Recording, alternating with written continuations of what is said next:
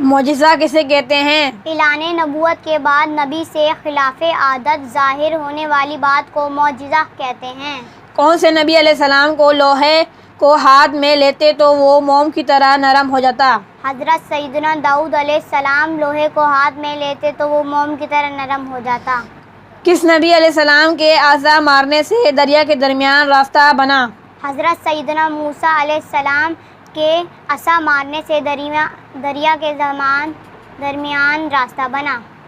کون سے نبی علیہ السلام 3 میل دور سے چونٹی کی آواز سن کر مسکرائے؟ حضرت سلیمان علیہ السلام 3 میل دور چونٹیوں کی آواز سن کے مسکرائے۔ وہ جنتی اونٹی کس نبی علیہ السلام کی تھی جو اپنی باری میں تالاب کا سارا پانی پی جاتی تھی؟ وہ جنتی اونٹی حضرت سیدنا صالح علیہ السلام کی تھی جو اپنی باری میں تالاب کا سارا پانی پی جاتی تھی۔